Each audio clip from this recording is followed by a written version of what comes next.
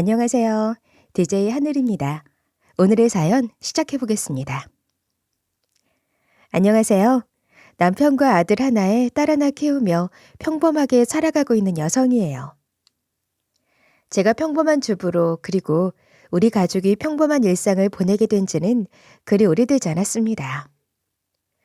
지금의 평화로운 나날을 이루기까지 정말 오랜 시간을 들여야 했거든요. 지금의 이 값진 평화를 어떻게 찾게 되었는지 지금부터 이야기해 보려 합니다. 우리 가족의 평화를 깬 것은 다름 아닌 남편의 형인 아주버님이었습니다. 결혼 이후에 우리 부부와 아주버님은 아주 앙숙으로 지냈었어요. 처음부터 우리 가족과 원수가 된 것은 아니었는데 한 사건으로 인해서 남편과 아주버님의 사이가 먼저 안 좋아지게 되었죠. 부부는 일심동체라고 남편과 아주버님의 사이가 안 좋아지니 당연스레 저와도 좋지 않게 되었어요. 두 사람은 우리 부부가 결혼하기 전만 해도 정말 사이가 좋았었어요. 우애가 꽤나 좋았던 두 형제 사이가 나빠졌던 건 다 커서였지 어릴 때부터가 아니었습니다. 남편과 결혼 전에 몇 번 같이 보기도 했었는데 그때도 사이는 괜찮았어요. 물론 엄청 애틋하고 눈물겨운 만큼 진한 형제애를 가지고 있진 않았어도 나름 누가 보면 자식 농사 잘 지었다고 할 만큼 서로 오해 좋게 잘 지내고 있었어요. 그러니까 이 둘이 틀어지게 된 건 완전히 성인이 되고 난 이후였습니다. 그리고 우리가 결혼하고 난 이후였고요. 사이가 틀어지는데 아주 큰 기여를 한 인물은 다름 아닌 아주버님이었습니다. 이 두 형제는 생김새는 좀 비슷했는데 성격이 전혀 달랐어요. 우리 남편은 시모 성품을 닮아서 매사에 조심스럽고 좀 인간적인 면이 있었어요. 근데 아주버님은 일찍 돌아가신 탓에 살아생전 뵌 적은 없었던 시부의 성품을 고스란히 닮았다고 하더라고요. 남편의 어릴 적 기억에 시부는 시모를 매일 울리고 못살게 굴 만큼 사고뭉치였는데 아주버님이 그랬어요. 제 시숙은 아주 일을 벌리는데 선수였습니다. 대학 전공으로 건축을 공부했던 사람인지라 처음에는 사업을 하겠다며 좀 무리를 해서 건축업을 시작하더라고요. 초기 자금 부족하니 일 잘하는 동업자 한 명 구해서 같이 시작을 했다가 서로 사이가 틀어져 시숙 혼자서 대표로 일을 했었는데 일 잘하는 사람이 빠지고 나니까 엉망진창이 되는 것은 한순간이더라고요. 근데 그것도 제대로 못해서 맨날 부실공사 때문에 문제를 일으킨 게 한두 번이 아니고 사업 체질도 아닌 사람이 이것저것 해보겠다며 건축일 하면서 식당을 차리지를 않나 카페를 하지 않나 심지어는 운동도 안 하는 사람이 헬스장 사업을 하겠다고 헬스장까지 열었던 적이 있었어요. 문제는 그때마다 우리 집에 자꾸만 돈을 빌린다는 거였습니다. 처음에는 오해가 좋은 형제 사이였기 때문에 남편이 좀 도와줬었어요. 그것도 소액으로만요. 그렇게 적은 돈만 빌려가니 그 정도야 형제 사이에 의리로 빌려줬었던 일이 너무나 큰 배신으로 다가온 적이 있었습니다. 결혼 초창기 때 얘긴데 그때는 남편이랑 제가 공동 생활비만 낼 뿐 각자 버는 돈은 각자 관리를 하고 경제적인 것들을 합치기 전이었었죠. 저희가 30살이 가까이 되었을 때 결혼을 했으니 남편도 사회생활 하면서 모았던 돈이 있었을 것 아니에요. 심지어 남편은 근검절약하는 성격이었기 때문에 학생 시절 때부터 군대 시절 등 어릴 때부터 모아왔던 돈들이라 꽤 큰 돈이었죠. 남편에게 어느 정도 돈이 있는 줄은 알았기 때문에 정말 열심히 살았구나 존경심까지 들 정도였었어요. 근데 어느 날 남편이 엄청나게 취해서 들어온 거예요. 술도 거의 안 마시는 사람이었기 때문에 인사불성된 남편에게 화가 나기보다는 너무 걱정됐었어요. 그래서 물었죠. 여보, 무슨 일이야 이게? 왜 이렇게 취했어? 평소에 맥주 한 모금도 입에 잘 안 되는 사람이 무슨 술을 이렇게 마시고 들어왔어? 여보, 나 이제 어떡하지? 나 진짜 어떡하지? 내 돈, 내 피 같은 돈 다 사라졌어. 다 없어졌다고. 이제 난 끝이야. 여보, 알아듣게 말해봐. 그게 다 무슨 소리야? 당신 돈이 다 없어졌다니? 알아듣게 설명을 해야지. 남편은 완전히 인사불성이 되어서는 술에 취한 상태로는 말이 통하질 않았었어요. 심지어는 지금까지 저를 만난 이래로 본 적도 없는 대성통곡을 하는 것 아니겠어요? 아무리 술에 취했다고는 하지만 이건 단순 술주정이 아니었습니다. 무엇보다 이렇게 술을 마실 사람도 아니었고요. 그래서 저는 남편이 술에 깨기만을 기다렸다가 무슨 일인지 자초지종을 다 들어봤습니다. 남편은 근데 술에서 깨고도 여전히 전날의 감정을 다 추스르지를 못하더라고요. 이쯤 되니 정말 큰일이라도 난 건가 너무 걱정스럽고 무섭기까지 했죠. 그래서 하나부터 열까지 하나도 빠짐없이 다 이야기를 했더니 그제서야 남편은 구구절절 저에게 기가 찬 이야기들을 늘어놓기 시작했습니다. 모든 정황을 다 들어보니 이런 내용이었어요. 아주버님은 당시에 건축 사업을 하면서 잘 되지도 않고 맨날 손해배상이나 해주는 사업이 뭐가 대단하다고 확장을 하려는 계획을 가지고 있었어요. 근데 그때 남편한테 따로 연락을 해서는 또 돈을 빌려달라고 했던 모양이더라고요. 근데 이번에는 정과는 달리 꽤나 큰 돈을 말한 거였었어요. 근데 또 하필이면 평소 남편은 돈을 잘 모으고 있었기 때문에 빌려줄 수 있을 만큼의 돈은 가지고 있었습니다. 장가도 못 가고 지금까지 사업해보겠다고 열심히 사는 모습이 딱해 보였다면서 남편이 딱 5개월만 쓰고서 준다고 약속을 반드시 지킬 걸 당부하고서 돈을 빌려줬던 거였죠. 근데 이런 사람들 뻔하잖아요. 역시나 5개월이 지났는데도 전혀 줄 생각도 하지 않았다는 거예요. 당신 진짜 미쳤어? 아주버님이 어디 그 돈 제대로 갚을 사람이야? 지금까지 사업 어떻게 해왔는지 다 봤으면서도 그 돈을 그렇게 빌려줬어? 아니면 돈 빌려주기 전에 나한테 상의라도 좀 하던지. 여태 돈 조금씩 빌려줬던 것도 안 준 적이 어디 한두 번이야? 그래도 사업하는 거 조금만 더 힘써보고 싶다는데 내가 어떻게 거절을 해. 그때까지만 해도 형이 나한테 큰돈 빌려간 적도 없었고 처음으로 큰돈 얘기 꺼낸 거라서 오직 힘들었으면 나한테까지 얘기를 한 건가 싶더라고. 그래서 빌려줬던 거야. 나라고 뭐 이렇게 될 줄 알았겠어? 남편은 엄청 후회를 많이 했어요. 돈을 괜히 빌려줬다면서 그 맑은 정신에서도 또 울더라고요. 그래서 그때 제가 두고 볼 수만은 없어서 남편 대신해서 나섰습니다. 아이의 남편이랑 같이 아주버님 회사를 찾아가서 말을 했죠. 아주버님, 이 사람 돈 빌려가셨다면서요. 딱 5개월 쓰고서 주겠다고 하신 분이 여태 안 주셨다면서요. 이런 법이 어딨어요? 남의 돈도 아니고 동생 돈을 빌려가서 쓰셨으면 그 돈이 어떤 돈인 줄 알고 제대로 갚아야 할 것 아니에요. 그러니까 당장 돈 돌려주세요. 어서요. 아, 참 재수씨. 여기가 어디라고 해서 다짜고짜 돈을 달라고 합니까? 난들 뭐 안 주고 싶겠어요? 나도 지금 없어요. 없어서 못 주는 거라고요. 줄 수 있었음 진작에 줬겠지. 그럼 일부라도 주세요. 어서요. 알겠어요. 알겠습니다. 내가 조금씩이라도 줄게요. 됐죠? 아, 그거 참 재수씨. 그렇게 안 받는데 참 야무지네. 내가 야무진 게 아니라 아주버님이 무책임한 거라는 걸 아셔야죠. 이번 달부터 당장 일부 금액이라도 주세요. 안 그럼 언제가 또 찾아올 거니까 알아서 하시고요. 저는 남편이랑 같이 어떻게든 그 돈을 받아내기 위해서 아주버님께 득달같이 달려들면서 말을 했어요. 제가 이렇게까지 나올 줄은 몰랐는지 정말 그때부터는 매달 얼마씩이라도 갚더라고요. 근데 제가 이렇게까지 하는 데는 이유가 있었습니다.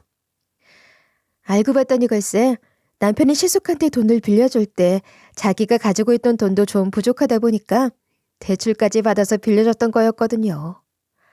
이것만큼은 진짜로 용납할 수가 없어서 그 대출이자랑 원금이라도 우선 아주버님께 알아서 갚으라고 던져놨어요. 그래서 매달 돈을 보내왔던 거였죠. 그리고 그 사건 이후로 저는 남편한테도 신신당부를 했습니다. 만약에 한 번만 더 시숙한테 돈을 빌려주고 또 이런 일이 벌어지게 되면 그때는 이혼이라고 단호하게 말을 했어요. 솔직히 말해서 저는 이때도 정말 이혼하고 싶은 걸 꾹 참았습니다.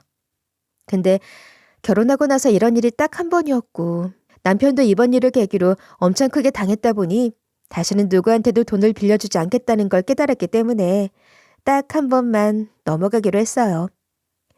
그렇게 한 몇 달을 잘 보냈을까요? 한 3-4달 정도는 돈을 꼬박꼬박 잘 보내오던 사람이 또 갑자기 밀리기 시작하더라고요. 보내야 하는 날짜는 지났는데 아무리 독촉을 해도 돌려주지 않으니 또 남편과 아주버님과의 싸움이 시작되었죠. 남편은 매일같이 시숙한테 전화를 해서는 돈 내놓으라고 난리를 쳤고 시숙은 돈이 없다는 이유로 일방적으로 보내질 않았었어요. 그 싸움이 얼마나 지겨운지 옆에서 보는 제가 다 질리더라고요. 그래서 저는 저 나름대로 특단의 조치를 취했어요. 저는 더는 시숙과 말도 섞고 싶지 않아서 앞으로 아주버님에게 돈 받는 일은 전부 다 남편 보고 알아서 하라고 했습니다. 남편도 자기가 저질러 놓은 짓이 있다 보니까 알았다고 하면서 제가 신경 쓰지 않게 뒤에서 막 싸우고 하더라고요. 그리고 그때 이후로 나름 우애 좋다고 소문났던 이 두 사람 사이도 많이 틀어졌습니다. 이때부터가 두 사람의 갈등의 시작이었고 저와 아주버님이 앙숙이 된 계기가 되었던 거죠. 사이가 안 좋아질 수밖에 없는 게 남편은 계속해서 돈을 내놓으라고 했는데 상대방은 배째라는 식으로 나오더라고요. 그러니 더 안 좋아질 수밖에요. 제가 말한 것처럼 이 갈등의 원흉은 정말 말 그대로 시숙이었습니다. 근데 이 사람은 알고 보니 더 문제덩어리였어요. 우리한테는 그렇게 싸우고 따져대도 죽었다 깨어나도 돈 없다고 난리를 치더니 틈만 나면 이것저것 사업에 계속해서 손을 대는 것 있죠. 돈이 없다는 사람이 사업은 있는 대로 벌려대니 저 역시도 아주버님과 싸울 수밖에 없었습니다. 그런데도 진짜 독종인 이 사람은 듣는 채도 안 했어요. 그나마 다행이라면 그래도 낯짝은 있는지 남편한테 더는 돈 빌려달라는 소리는 안 하더라고요. 그 뒤로도 몇몇 사업을 더 벌리려고 했었는데 그때마다 눈치만 싹 보더니 우리 부부한테 돈 얘기를 일절 꺼내질 않았었어요. 근데 아주버님이 그렇게 우리 눈치를 볼 수밖에 없었던 것도 다 이유가 있었습니다. 원래 우리 부부는 경제력을 합치지 않고 각자 관리를 해왔었는데 남편이 나중에 또 돈 빌려주는 사고를 치는 것도 방지를 하고 기껏 모은 돈을 다 날려버리고서 가진 것 없이 힘들어하는 남편을 위해 그때부터는 경제적인 걸 전부 다 합치고 제가 관리를 하게 되었죠. 오히려 남편은 그날 이후로 저한테는 용돈 타서 쓰고 할 정도로 제가 철저하게 가게 관리를 하고 있었죠. 그리고 당연히 그 이후부터는 일절 아주버님께 10원도 주지 않았었습니다. 하지만 이때도 우리 사이는 그리 좋은 편이 아니었어요. 채무 관계가 지속되고 있었고 그게 제대로 해결되지 않아 계속해서 갈등이 일어나고 있었거든요. 근데 그래도 이때까지는 서로 사람 취급은 하면서 형제로서 얼굴 볼 일도 있고 그랬었는데 그마저도 다 던져버릴 수밖에 없는 이 둘이 완전히 틀어지는, 아니 남편뿐만 아니라 저와도 아주버님 사이가 틀어지는 일이 발생하고 말아요. 물론 이때도 원수 같은 사이였지만 명절을 기준으로 우리 사이는 최악으로 치닫았습니다. 근데 사고 치기 전에 딱 한 번 저희가 방심하게 된 적이 있었어요. 왜 방심을 하게 되었냐면 그렇게 달라고 해도 돈 없다고 온갖 곳을 만들어서 핑계대던 아주버님이 무슨 철이 들었는지 갑자기 남편에게 빌려간 돈을 조금씩 갚아오더라고요. 남편한테 빌린 돈 외에도 대출받았던 돈 원금에 이자까지 꼬박꼬박 주는 걸 보면서 드디어 이 양반이 정신을 차렸구나, 철이 들었구나 싶었죠. 그거 보면서 저나 남편 둘 다 좋아했어요. 저는 진짜 내색은 안 했지만 속으로는 얼마나 좋아했었는지 몰라요. 근데 사람은 끝까지 겪어봐야 하는 거더라고요. 나중에 실속의 속셈을 다 알고 나서는 역시나 사람은 고쳐 쓰는 거 아니라더니만 더 큰 그림을 그리려고 이렇게 수를 썼던 거구나 싶었습니다. 그리고 그것 때문에 다 사이가 다 틀어졌던 거였어요. 시숙에게 아무것도 모르고 당할 이때가 어느 때였냐면 여전히 정신 못 차린 아주버님이 사업을 하나 더 벌리겠다고 난리를 칠 때였습니다. 그때는 무슨 고깃집을 열겠다고 설치고 다녔었죠. 근데 이때는 우리한테 이미 돈을 꼬박꼬박 보내오고 있던 때라서 우리 돈만 주면 아무 상관없었기에 그냥 보고만 있었어요. 그 속을 아무것도 모르는 아주버님은 명절에 와서 신나서는 떠들어대는데 솔직히 좀 기가 찬 건 있었어요. 아직 우리한테 갚을 돈도 다 주지도 않았으면서 무슨 놈의 사업을 또 한다는 건지. 저는 그 신나서 떠들어대는 면상 앞에다가 대고 우리 돈이나 제대로 먼저 다 내놓으라고 소리치고 싶은 건 시어머니 얼굴을 봐서 참고 있었습니다. 근데 우리 부부가 아무 소리도 안 하고 있으니까 진짜 다 봐주고 있는 줄 알았는지 눈치 없이 신이 나서는 뻘소리를 하는 거예요. 엄마, 내가 이번에 진짜 대박 사업 아이템 하나 찾았잖아. 이거 가게 내기만 하면 무조건 대박이야. 고깃집 프랜차이즈인데 요즘 개업만 하면 그냥 다 잘 된다고 하더라고. 이게 아무한테나 차릴 수 있게 해주는 게 아닌데 어떻게 내가 그 기회를 딱 잡았지 뭐야. 엄마, 이제 걱정하지 마. 내가 대박 쳐서 앞으로 호강시켜줄게. 실숙은 마치 본인이 벌써부터 성공을 한 것 마냥 들떠서는 시모한테 이러쿵저러쿵 떠들어댔어요. 근데 시어머니 반응이 진짜 웃겼답니다. 야, 아서. 제발로는 그냥 조용히 살아라. 그게 이엠이 호강시켜주는 일이야. 아주 내가 너 사업한다는 소리 하면 이제는 심장이 다 떨릴 지경이야. 이번에는 또 뭐 어떻게 말아먹으려고 그러는 거냐? 응? 그러니까 그냥 조용히 살아, 제발. 조용히. 아, 엄마 진짜 너무하네. 걱정하지 마. 내가 이번에는 정말 제대로 해서 엄마 호강시켜줄라니까. 아주버님은 시모의 면박에도 대수롭지 않아 했어요. 오히려 이미 가게 차리는 거에 신이 나서는 한창 들떠있더라고요. 그 뒤로는 저한테까지 거들먹거리는 거 있죠. 그리고 재수 씨, 조금만 기다리셔. 내가 이번에는 사업 제대로 대박 쳐서 바로 남아있는 원금 이자 따따블로 해서 갚아버리려니까. 아주버님, 따따부리고 뭐고 다 안 줘도 되니까 그냥 내 남편 돈이라 제대로 갚으세요. 지금 그것도 제대로 해결하는 못했으면서 뭘 한다고 하시는 거예요. 지금이야 꼬박꼬박 돈 또 주고 있지만 사업한답시고 또 다시 돈 밀리면 그때는 알아서 하세요. 아, 참, 거 되게 야박하시네. 조금 기다리라니까요. 내가 조만간 크게 성공해서 장남 노릇 톡톡히 하려니까. 그리고 매달 돈 보내는 것도 잘 보낼 거니까 걱정 말고. 우리 재수 씨 그렇게 그릇이 작아서 이 세상은 어떻게 살란가 몰라. 저는 그 말을 듣고는 대답할 가치도 안 느껴져서 듣는 채도 안 했습니다. 그리고는 대놓고 콧방귀를 쳐줬어요. 물론 뻔뻔한 아주버님은 그것도 다 본체만치 했지만요. 근데 그게 완전 밑밥 다 깔아놓는 짓이었다는 걸 알기까지는 그리 오래 걸리지 않았습니다. 명절 지난 지 얼마나 됐다고 아주버님이 갑자기 우리 부부를 따로 초대를 하더라고요. 그냥 장소만 알려줘서 그곳으로 갔는데 우리는 거길 간 걸 대번에 후회를 해야 했습니다. 어서해, 재수 씨. 동생아, 잘 왔다. 여기가 내가 내려고 준비하고 있는 그 프랜차이즈야. 여긴 그냥 내가 어떤 곳인지 보여주고 맛 좀 보여주려고 데리고 온 거니까 여기가 내 가게라는 오해는 하지 말고. 근데 이봐, 어때? 손님들 엄청 많지? 죽이지 않아? 형, 아직도 사업 타령이야? 그만하고 그냥 제대로 된 직장 다녀. 남편은 뭔가 이곳에 데리고 온 의도가 어렴풋이 느껴졌는지 바로 경계를 하면서 대답을 하더라고요. 근데 아주버님은 아랑곳하지 않고 바로 저한테 말을 걸었어요. 재수 씨 어때요? 장사 엄청 잘 되죠? 여기는 내가 말했듯이 그냥 내기만 하면 대박 나는 곳이라니까요. 우리 투자자한테 먼저 이걸 보여줘야 나를 믿고 돈을 빌려줄 것 같아서 이렇게 데리고 왔어요. 자자, 얼른 먹어봐요.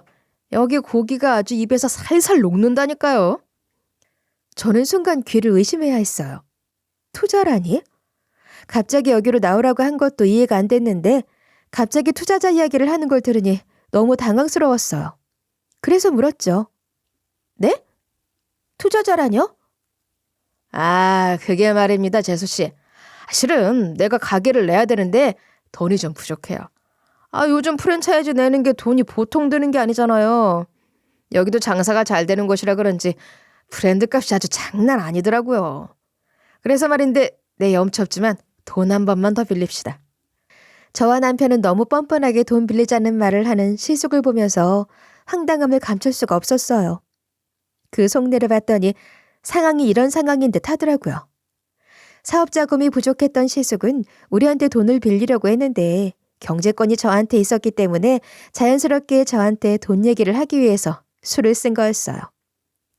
남편이 시숙에게 처음 돈을 빌려줬던 사건 이후로 우리 집 가게를 제가 관리하고 있고 남편은 용돈을 받아서 쓰고 있다는 것까지 시숙이 다 알고 있었기 때문에 남편이 아닌 저한테 얘기를 꺼낸 것이기도 했어요. 그 모든 속내를 다 알게 되니까 진짜 이 인간이 양심이라는 게 있는 건가 싶더라고요. 너무 황당히 아무 말도 안 하고 있는데도 이 아주버님이라는 인간은 또 한 번 돈 얘기를 꺼냈습니다. 재수 씨, 왜 그러고 멀쩡히 말도 안 하고 가만히 보고 있습니까? 뭐 고민하는 거예요? 고민할 필요도 없어요. 이건 그냥 열기만 하면 대박 친다니까요. 그러니까 돈 좀 빌려줘요. 한 3천이면 돼요, 이번엔. 진짜 딱 1년만 쓰고 돌려줄 테니까 돈 좀 빌립시다. 내가 왜 말을 안 하고 있는지는 꿈에도 생각을 못하는 건지 아주 뻔뻔하게 돈 얘기를 재차 꺼내는 아주버님을 보면서 제가 톡 쏘아붙이며 말을 했어요. 진짜 아주버님은 대책 없네요. 우리 집안이 뭐 무슨 은행이에요? 아니면 뭐 사채업하는 곳으로 보이나 보죠? 그러지 않고서 어떻게 또 돈 얘기를 꺼내요? 지금 우리한테 줘야 할 돈도 다 안 줬으면서 나 진짜 기가 차서 말이 안 나오네. 어쩌나요? 나는 일수도 안 놓고 미래가 뻔히 보이는 돈거래는 일절 안 하는 사람이라서요. 다른 데 가서 알아보세요. 그리고 이렇게 일 벌리고 다니기 전에 빌려간 내 남편 돈 먼저 갚으시고요.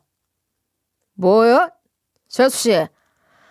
재수씨는 뭐 손윗사람이가 뭐고 그딴 예의범자는 다 밥 말아먹었습니까? 아무리 그래도 내가 재수씨 손윗사람인데 말을 그렇게 합니까? 싸가지를 밥 말아먹었나?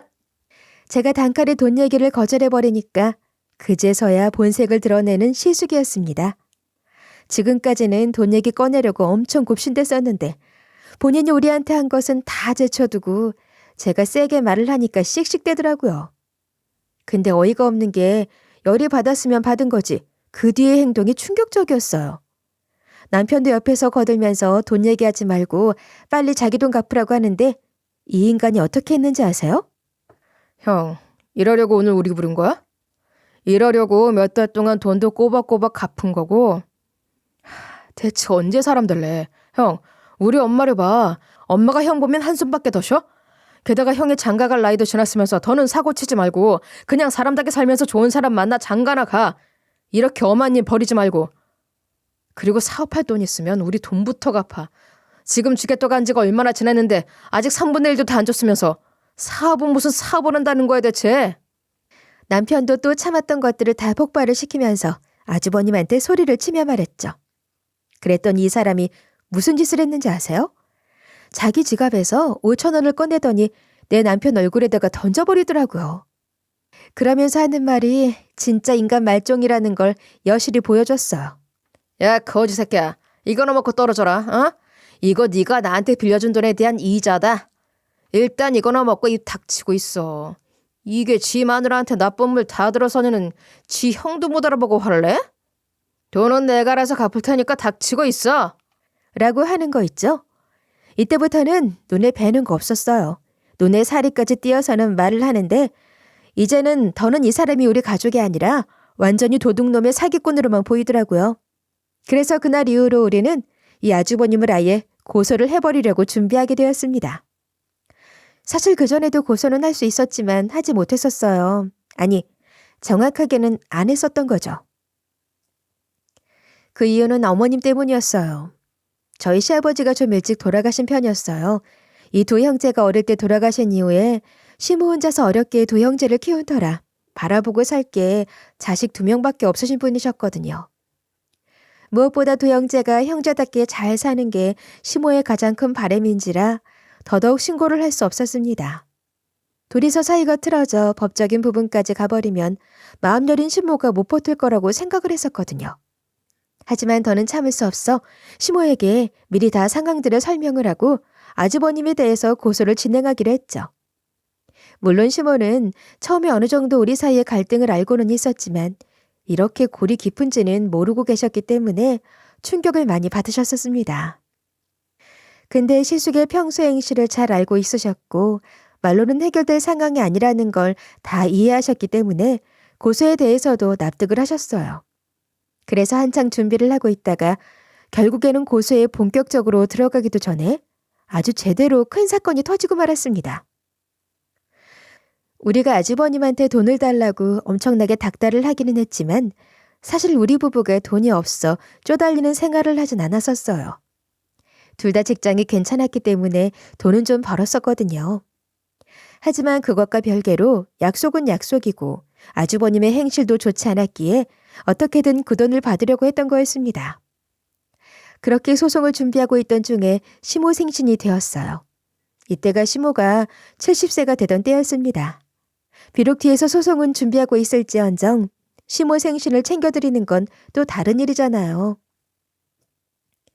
지금까지 생신은 다 잘 챙겨드리긴 했지만 70세이신 만큼 좀 더 좋은 선물을 해드려야겠다 싶더라고요. 평소 시모는 지금껏 우리에게 너무나 좋은 분이셨기에 큰맘 먹고 큰 선물을 해드리기로 했죠. 자식이 아무리 부모한테 잘해도 평생 받은 그 은혜를 어떻게 갚겠나요? 그래서 그나마 자식 노릇 좀 제대로 해보겠다고 거금 1,000만 원을 생신 선물로 드렸습니다. 실은 그렇게까지 큰 돈을 들인 것도 다 이유가 있었어요. 왜냐하면 그때 시모가 이사를 가야 할 상황이었거든요.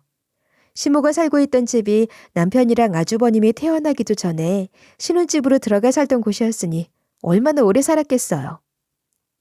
이미 건물 자체의 노후도 많이 되고 이제는 좀 더 지내기 편한 곳으로 이사를 가서 지내셔야 할 때가 되어서 집 옮기는 데 보태시라고 그 이사 자금을 더 보태드린 거였죠. 근데 당시에 그렇게 큰 돈을 들였는데도 불구하고 어머님이 이사를 안 가시는 거예요. 그 전까지만 해도 어머님이 당장이라도 이사를 가야 한다 이야기를 하고 있을 때라서 저희가 그 돈만 들이면 바로 이사를 가실 줄 알았어요. 근데 차일피일 부동산 가는 것도 미루시기에 혼자서 어려워서 그러신가 싶어서 남편이랑 제가 집 알아봐 드린다, 이사 준비하자 하는데도 이사를 갈 생각을 안 하시더라고요. 그러다가 급기야는 아직은 계약 기간이 남았으니 좀 나중에 가겠다. 아직은 이 집이 좋다 그러시더라고요. 저나 남편은 이해를 할 수가 없었죠. 어머님, 대체 왜 이사를 안 가시는 거예요? 뭐 다른 문제 있으세요? 아니면 이 집 떠나기가 좀 그러세요? 그래도 손때 묻은 곳이라 마음에 걸리셔서 이사를 안 가려고 하시는 거예요? 아니다. 그게 아니야. 계약 기간도 좀 남아서 그때까지는 여기 살다가 가려는 거야. 너희가 준 돈은 다 내가 통장에 잘 모셔두고 있으니까 걱정하지 마라. 그 돈 가지고 이사할 거니까 조금만 기다려주렴. 물론 그 돈은 이제 어머님 돈이시니까 이사를 천천히 가시는 것도 어머니께서 결정할 일이시지만 조금 이해가 안 돼서 그래요, 어머님. 무슨 일 있으신 거면 꼭 말씀해 주셔야 돼요. 아셨죠? 그래, 알았다. 내 꼭 말할게. 무슨 일 있으면 꼭 말하마. 고맙다, 애미야. 신경 써줘서. 아무리 생각해도 시모 행동이 좀 이상하기는 했지만 그래도 당장 이사 가고 싶지 않다고 하는 분을 억지로 강요할 수 있는 것도 아니었기 때문에 그때는 그냥 기다리고 있었습니다. 근데 시모가 왜 그렇게 이사를 차일피일 미뤘는지, 왜 그때 당장 이사를 가지 않았는지에 대한 이유를 얼마 못 가서 알게 되었죠. 여전히 이사는 가지 않은 채 그 다음 해에 명절이 돼서 시댁으로 가족들이 모이던 때였습니다. 그때 근데 희한한 걸 봐야 했어요. 아주버님이 무슨 차를 가지고 있었는지 뻔히 알고 있는 상황이었는데 한바탕 싸우고 난 이후로 처음 보는 아주버님이 보도 못한 새 차를, 그것도 외제차를 끌고 온 것 아니겠어요? 맨날 돈 없다고 징징거리던 인간이 새 차라니 말도 안 되는 말이었습니다. 이번엔 또 무슨 돈으로 저걸 샀나 싶어서 한심하게 쳐다보고 있는데 그 눈빛이 부러워하는 눈빛인 줄 착각을 했는지 이 눈치 없는 아주버님이라는 놈이 이러더라고요. 엄마, 나와서 이것 좀 봐봐. 엄마가 사준 새 차. 어? 어때? 때깔 죽이지? 역시 외국물 먹는 것들은 이 때깔부터가 다르다니까. 승차감도 죽여. 엄마, 얼른 타봐. 이게 누가 사준 차인데 바로 또 내가 시상식 해줘야지. 저희는 이 말을 듣고 깜짝 놀랐어요. 그 고급 외제차를 어머님이 뽑아주셨다니. 저랑 남편은 아주버님의 말을 듣자마자 이게 무슨 일인가 싶어 바로 시어머니를 쳐다봤어요. 가야 하는 이사는 안 가시던 분이 갑자기 시숙차를 사줬다지. 이게 대체 어떻게 된 건지 설명해 주길 바라는 얼굴로 어머님을 쳐다보니 찔리셨는지 말을 더듬으며 말씀하시더라고요. 아니 그게 큰애가 큰맘 먹고 외제차 뽑는다는데 좀 보태줬다. 나야 뭐 집은 나중에 이사 가도 되고 지금 사는 집도 충분하고. 네? 어머님, 아무리 그래도 그렇죠. 얼마를 주신 건데요? 저 1,000만 원 다 줬어. 근데 일단 보태준 거다. 야가 사업 성공만 하면 다 준다고 했어. 여지껏 사업 다 말아먹고 이번만큼은 정신 차리고 해본다니. 나도 마지막으로 믿고 해준 거다. 그러니 애미야, 한 번만 넘어가 줘라. 뭐라고요? 어머님, 이걸 어떻게 그냥 넘어가요? 어머님 저희 그 돈 쉽게 드린 거 아니에요. 그리고 아주버님 드린 건 더더욱 아니고요. 정말 너무하시네요. 어떻게 저희가 어머니께 드린 돈을 어떻게 저 사람한테 주실 수가 있으세요? 저는 시모 말을 듣고 뒷목 잡고 쓰러질 뻔했어요. 지금까지 그렇게 아주버님이 사업에 사자만 꺼내도 경련을 일으키셨던 분이 돈을 보태줬다는 게 이해가 되질 않았어요.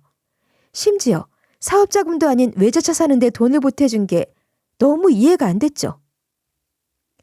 남편도 마찬가지라 그럼 왜 차 사는데 돈을 보태줬냐고 한 소리 하니까 사업하는 사람이 어디 가서 꿀리면 안 된다면서 차를 뽑는다 하기에 거기에 보태준 거였다고 하시는 거예요.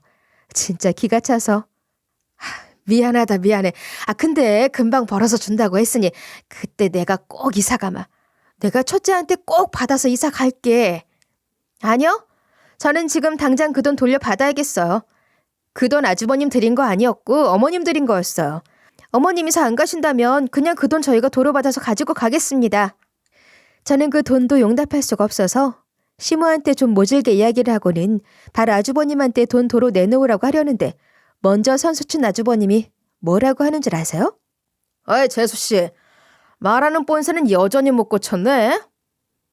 우리 엄마가 나 주고 싶어서 줬다는데 뭘 그렇게 화를 내요. 나 고깃집 차린 건 들었죠? 어떻게 연락 한 번을 하네요? 역시 내가 싹수가 노란 건 알고 있었지만 참, 개업 축하 선물은 바라지도 않으니 한 번 쉬고 가서 설거지도 좀 돕고 청소도 좀 해주고 그래요. 돈 한 푼 안 보태줬으면 가족끼리 그 정도는 돕고 살 수 있잖아요. 요즘 인건비가 너무 비싸서 가족 찬스 써야지 안 되겠어. 이 말에 저는 말 그대로 빡이 쳤어요. 진짜 저 말을 듣는데 딱 안 치는 사람이 이상한 거 아닌가요? 그래서 해서는 안 될 행동을 하고 말았습니다. 제 행동 하나로 그곳이 아수라장이 되었으니 어느 정도 행동이었는지 짐작이 가시나요? 빡이 있는 대로 친 저는 그대로 달려나가 아주버님의 새 차를 그대로 다 부숴버렸습니다. 집에 시어머니 위해서 남편이 호신용으로 철 방망이를 준비해 놓은 게 있었는데 그걸 가지고 가서는 다 내려 찍어버렸죠. 남편도 열받아 같이 난리를 치고는 요란을 떠는 아주버님을 향해 말했어요. 내 남편 돈 갚아. 우리 돈 갚으라고. 이 도둑놈 사기꾼 놈아. 우리 돈은 아직 다 갚지도 않았으면서 이제는 어머니께 드린 돈까지 손을 대? 이 파렴치한 사기꾼 도둑놈아. 우리 돈 내놓으라고. 이게 무슨 짓이야. 당장 그만둬. 그만두라고. 내 차. 내 차. 아주버님은 제가 휘두른 쇠방망이로부터 차를 지키려고 애를 썼지만 그 차는 지킬 수 없었어요. 그렇게 시숙의 차를 걸레짝으로 만든 이후로 우리는 바로 준비했던 소송을 진행했습니다. 우리는 사기죄든 뭐든 시숙에게 걸 수 있는 사기는 다 걸었어요. 근데 진짜 재밌는 게 뭔지 아세요? 소송하고 나서부터는 아주버님이 나락으로 들어가는 대박 사건이 빵 하고 터졌지 뭐예요? 여러분들은 책을 보시면서 아주버님 쪽도 당연히 자기 차를 망가뜨렸다면서 저희한테 맞고소를 할 줄 아셨을 거예요. 그쵸? 근데 못했습니다. 왜냐하면 제가 그 차를 때려 부순 게 생각 없이 저지른 게 아니었거든요. 우리는 소송을 하기 전에 아주버님이 그렇게 돈 없다고 하면서 매번 어디서 그렇게 사업을 하고 차를 뽑고 하는 건지 너무 궁금했어요. 일단 그 돈의 출처들부터 알고서 받아낼 것들을 다 받아낼 생각이었죠. 그래서 흥신소 사람을 섭외해서 아주버님의 일거수일투족을 다 조사했습니다. 거기에서 놀라운 사실을 하나 발견하게 되었어요. 그건 바로 아주버님이 불륜을 저지르고 있었던 거였습니다. 지금까지 제 사연을 들으신 분은 아시겠지만 아주버님은 총각이었어요. 40세가 넘어가는데도 주구장창 사업이나 하지 여자를 만나는 것도 아니고 결혼을 할 마음이 있는 것도 아니어 보이길래 저나 남편은 혼자 살 팔자인가 보다 했었습니다. 근데 알고 봤더니 그게 아니고 자기 뒤를 봐주는 돈 많은 아줌마가 있었던 거였어요. 더 그 관계를 파보니까 그 사람과는 불륜관계였는데 돈 한 푼 없는 아주머님한테 어느 정도 경제적인 지원으로 돈을 대주고 둘이서 같이 살림까지 따로 차렸었더라고요. 이 둘은 꽤나 자주 만나고 있었어요. 심지어 밖에서 보면 그냥 나이 많은 연상연하 커플이라고 생각할 만큼 엄청 다정한 모습을 보이기도 했었죠. 우리는 이 대박 사실을 알게 되면서 그냥 넘어가려고 하지 않았습니다. 이 좋은 건수를 잡았는데 왜 그냥 넘어가겠어요? 그동안 아주버님한테 당한 수모를 제대로 갚아주기 위해서 수를 썼죠. 저랑 남편은 그 모든 증거를 가지고 가서 어디로 갔을까요? 네, 그 여자 남편을 알아내서 찾아갔어요. 그리고는 그 남자 앞에다가 둘의 모습이 찍혀있는 불륜 증거들을 다 내놓았습니다. 역시나 우리가 내놓은 증거를 보고 나자 그 남편은 정말 이 불륜 사실을 알고 있지도 않았었는지 엄청 당황해하면서 배신감에 치를 떨더라고요. 무엇보다도 그 여자가 돈이 많은 게 다 자기 주머니에서 나온 돈들이 아니라 이 남자 지갑에서 나온 돈들이라 더더욱 화가 극심하게 난 듯했죠. 거기다가 성질이 엄청 불같아 보였어요. 보통 내게 성격이 아닌 것 같더라고요. 저희한테는 고맙다고 연신 말을 하는데 제대로 열받은 게 다 보였어요. 그 뒤로 우리는 우리 나름대로 소송을 걸면서 결과를 기다리고 있는데 어느 날 갑자기 시댁이 완전히 발칵 뒤집어졌지 뭐예요? 시모가 사단났다면서 저희 남편한테 전화해서는 울면서 하소연을 하는데 이유인즉슨 이거였어요. 바로 아주버님의 불륜 상대 배우자의 반응이 어떻게 나올지 궁금하던 찰나였는데 바로 고소를 때려버린 일이었답니다. 그대로 아주버님은 그 상간녀 남편한테 거액의 위자료 소송을 받게 되었어요. 그뿐인가요? 아주버님이 썼던 돈들이 다 그 남자 돈이라는 것까지 휘말려서 손해배상, 사기죄 등등 다 얹어져 몇 억이나 되는 돈을 다시 돌려줘야 하는 지경에까지 이르렀죠. 저희도 이렇게까지 엄청난 소송에 휘말리게 될 줄은 몰랐기 때문에 솔직히 속으로 좀 놀라야 했습니다. 역시나 그것 때문에 시모는 뒷목 잡고 쓰러진 거였고 시댁이 난리가 나버린 거예요. 이거 사, 이 못난 거 사. 왜 그랬어? 어? 내가 널 그렇게 키웠니? 어? 내가 널 어떻게 키웠는데 그 파렴치한 짓을 하고 살아? 네가 인간이냐? 어? 네가 진짜 내 배로 낳은 놈이 맞냔 말이야. 아이고, 내 팔자야. 시모는 울부짖다 아예 넋이 나가려 했고 아주버님은 그 모습을 보면서 안절부절하다가 갑자기 저희를 째려보더니 남편을 죽일 듯이 쳐다보며 다가왔어요. 그러면서 남편 멱살을 잡고는 말하더라고요. 이게 다 너 때문이야. 네가 꼬질렀다며. 네가 그 인간한테 가서 다 말한 거라며.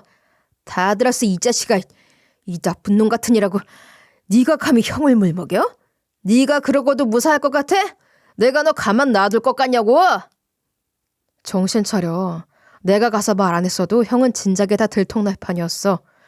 그렇게 대놓고 가정 있는 여자를 만나는데 누가 몰라? 우리가 알 정도면 그 사람도 뭐잖아 다 알게 됐을 거라고. 따로 살림까지 차리고 남의 가정 파탄 낸 게 뭐 잘한 거라고 나한테 역정을 내? 아주버님 상황 파악 제대로 하세요. 지금 우리한테 화를 낼 때가 아니라 소송 당한 것들 해결하게 바쁘셔야 하는 거 아니에요? 우리가 건 소송에다 그쪽에서 건 소송까지 있어서 지금 그렇게 한창 여유 있을 것 같지 않은데? 남편과 제가 지지 않고 말을 하니까 그제서야 현실 자각이 되었는지 아주버님은 바닥으로 털썩 주저앉아 버렸어요. 근데 그 심정이 이해는 갔습니다. 왜냐하면 누가 봐도 이제 자기 인생은 망한 인생이 되어버린 거였거든요. 근데 그 인생에 대해 동정심은 하나도 갖지 않았어요. 모든 것이 다 자기가 잘못해서 그대로 거둔 인생인데 전혀 동정할 이유도 필요도 없었죠. 그때 우리는 거의 쓰러지기 일보 직전인 시어머니만 모시고 나왔습니다. 그 뒤로 시어머니는 진정이 되실 때까지 저희 집에서 모시고 있었어요. 그 뒤로 아주버님한테도 연락 온 건 따로 없었기 때문에 그냥 알아서 해결하고 있나 보다 했죠. 무엇보다 우리 소송건이 있었기 때문에 저희는 거기에만 집중을 하려고 했어요. 근데 한참 소식이 없던 시숙이 저희 집까지 찾아왔다는 것 아니겠어요? 발칵 뒤집힌 그 사건 이후로 아주버님은 우리한테 화낼 때는 언제고 상황이 많이 몰렸는지 그제서야 우리한테 와서 빌더라고요. 미안해요 재수씨. 내가 돈 다 갚을게요. 다 줄 테니까 제발 고소 좀 취하해줘요. 지금은 내가 너무 어렵습니다. 지금 그쪽에 줘야 할 게 너무 많아요. 지금 거기 소송 상황이 좋지가 않아요. 내가 저질러 놓은 게 많아서. 그러니 재수씨라도 좀 소송 좀 취하해 주시면 안 되겠습니까? 죄송하지만 안 되겠어요. 저희도 그 돈 받아야 할 것 같아서요. 갚을게요. 다 갚을 테니까 일단 소송만이라도 취하를 좀 해줘요. 내가 조금씩 나눠서라도 매달 꼭 갚을게요. 나 이러다가 진짜 인생 끝나버릴 수도 있어요. 그러니까 거기 돈 먼저 해결하고 그 이후에나 돈 좀 갚읍시다. 거기만 해결되고 나면 내가 매달 갚을게요. 아주버님은 어이없게도 자기 상황이 힘드니까 또 우리 돈은 뒷전으로 두겠다는 말을 하더라고요. 어이가 없어서 저는 그 부탁을 받아줄 수가 없었어요. 그건 남편도 마찬가지인 듯 했습니다. 그래서 단칼에 거절을 해버렸죠. 아니요. 우리 돈 먼저 갚아요. 아니, 우리 남편 돈 먼저. 그게 순서죠. 그리고 인생 똑바로 살아요. 어디 공짜 돈 빌어먹고 살면서 그렇게 유세를 떨었던 거예요? 분수에 맞게 사세요. 제발. 그렇게 철모르게 사니까 이런 꼴 당하는 거 아니에요. 다 아주버님이 잘못했던 것들 그대로 돌려받는 중이니까 억울해할 필요도 없어요. 다 알아서 감당하세요. 그리고 우리 돈 내놔요 당장. 소송 취하는 일은 절대로 없을 테니까. 그렇게 알고 돌아가시고요.